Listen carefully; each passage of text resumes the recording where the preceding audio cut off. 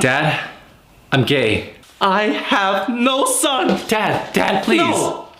I have no son. I'm still the same person. Nothing has changed. Stop. No, I don't even know who you are. I've been struggling with how to tell you for the past few months, but I can't say I didn't expect this type of reaction. But Dad, I'm still me. I'm still your son. Why can't you just accept that? I can accept that. Okay, be gay is a cool. But like I said, I have a no son.